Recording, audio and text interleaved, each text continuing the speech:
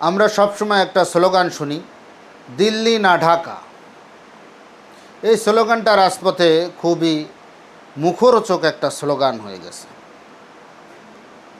যে দিল্লি না ঢাকা, ঢাকা ঢাকা, এইভাবে স্লোগান দেওয়া হয়। কিন্তু আমরা যে দিল্লির সেবাদাস হয়ে থাকাটাকেই পছন্দ করি, ঢাকার স্বাধীনতা আমরা চাই না, এটা কিন্তু আমরা আমাদের কাজকর্মের ভিতরে প্রমাণ করি। ভারত সরকার যে এজেন্ডা বাংলাদেশে বাস্তবায়ন করতে চায়, সেই এজেন্ডাকেই আমাদের দেশের কতিপয় দুষ্কৃতিকারী, বলবো তাদেরকে, কতিপয় দুষ্কৃতিকারী সর্বদা চেষ্টা করে ভারতীয় এজেন্ডা যেন এদেশে বাস্তবায়ন হয়। এর বিরোধিতা যদি কেউ কখনো করে, তাহলে তাকে বিভিন্ন ট্যাগ লাগানো হয়।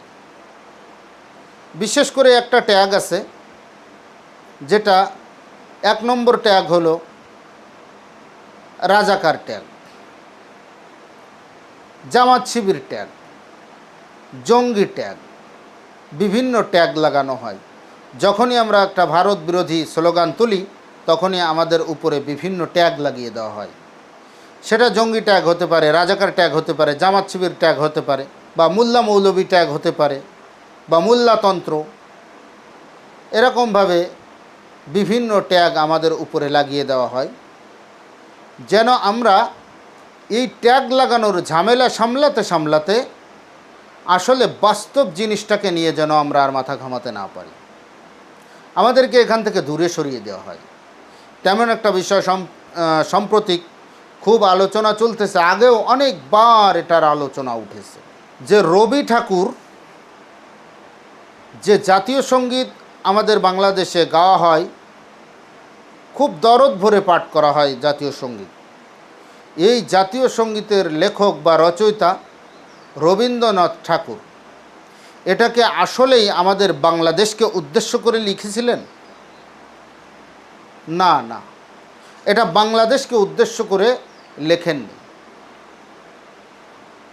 এটা পুরো বাংলাকে নিয়ে লিখেছেন।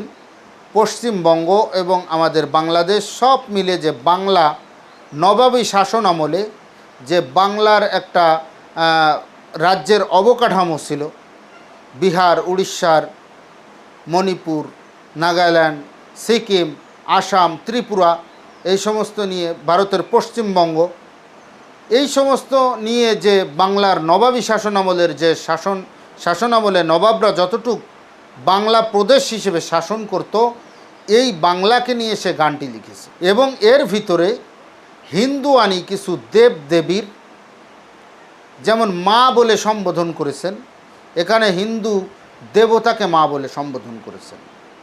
এটা একটা মুসলমান সংখ্যাগরিষ্ঠ দেশের জাতীয় সঙ্গীত হতে পারে না। রবীন্দ্রনাথ ঠাকুর বাংলাকে উদ্দেশ্য করে লেখেননি, কী জন্য বলতেছি? রবীন্দ্রনাথ ঠাকুর 7 আগস্ট 1941 সালে মৃত্যুবরণ করে। বাংলাদেশ স্বাধীন হয়েছে 16 ডিসেম্বর 1971।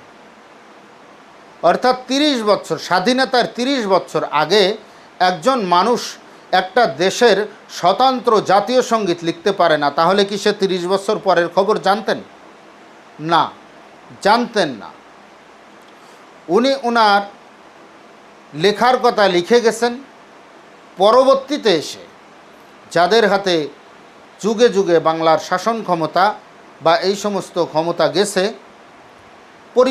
পরিবর্ধনের ক্ষমতা যে জায়গায়, তারা এই সঙ্গীতকে চয়েস করেছেন। অথচ তারা একজন ভিনদেশী, একজন হিন্দু, তার লেখাকে জাতীয় সঙ্গীত হিসাবে চয়েস করেছেন, আবার জাতীয় কবি বানিয়েছেন একজন মুসলমানকে। জাতীয় কবি কাজী নজরুল ইসলাম, আমরা সবাই জানি জাতীয় কবি কাজী নজরুল ইসলাম, তার এত সুন্দর সুন্দর লেখা আছে, যে জাতীয় সঙ্গীত যদি সেই লেখাগুলো হতো, তাহলে মানুষ তার রগ রিসা খাড়া হয়ে যেত জাতীয় সঙ্গীতগুলো শুনলে।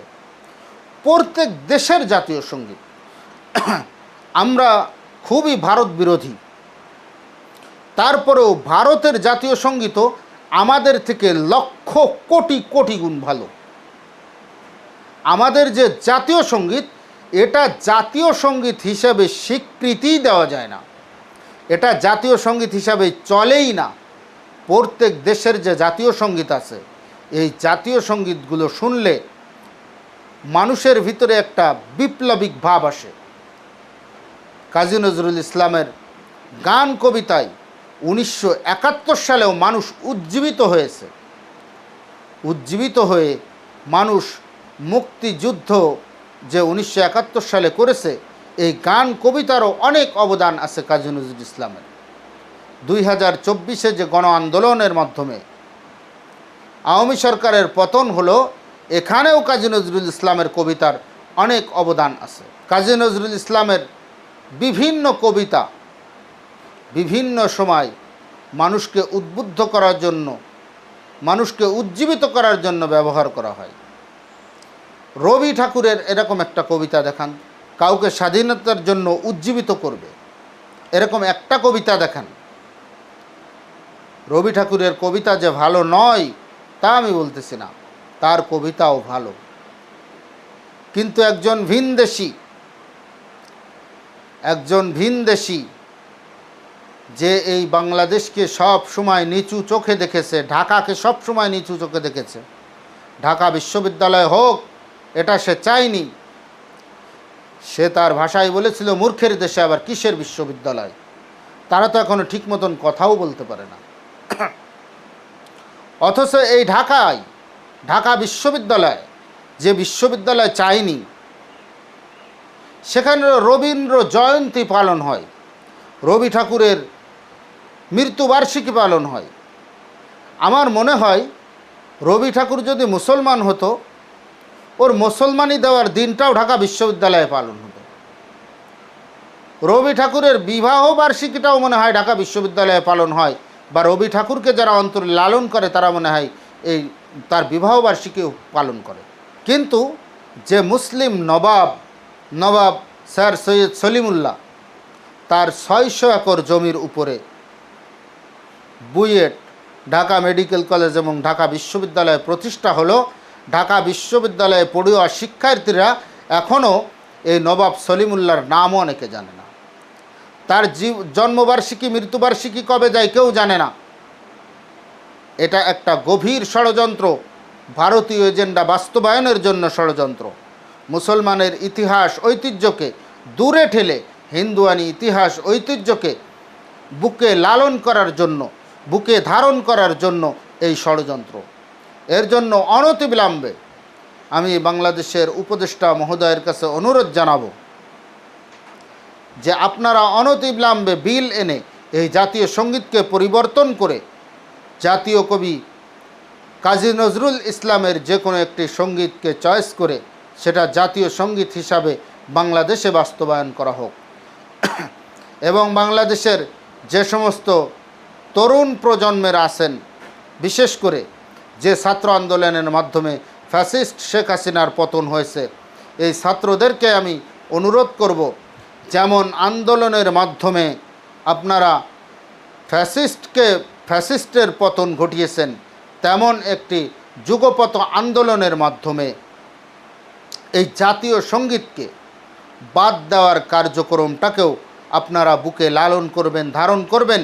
এবং জাতীয় সঙ্গীতকে নির্বাচন হওয়ার আগেই জাতীয় সঙ্গীতকে বাদ দেওয়ার জন্য আমি সমস্ত তরুণ প্রজন্মকে অনুরোধ জানাই।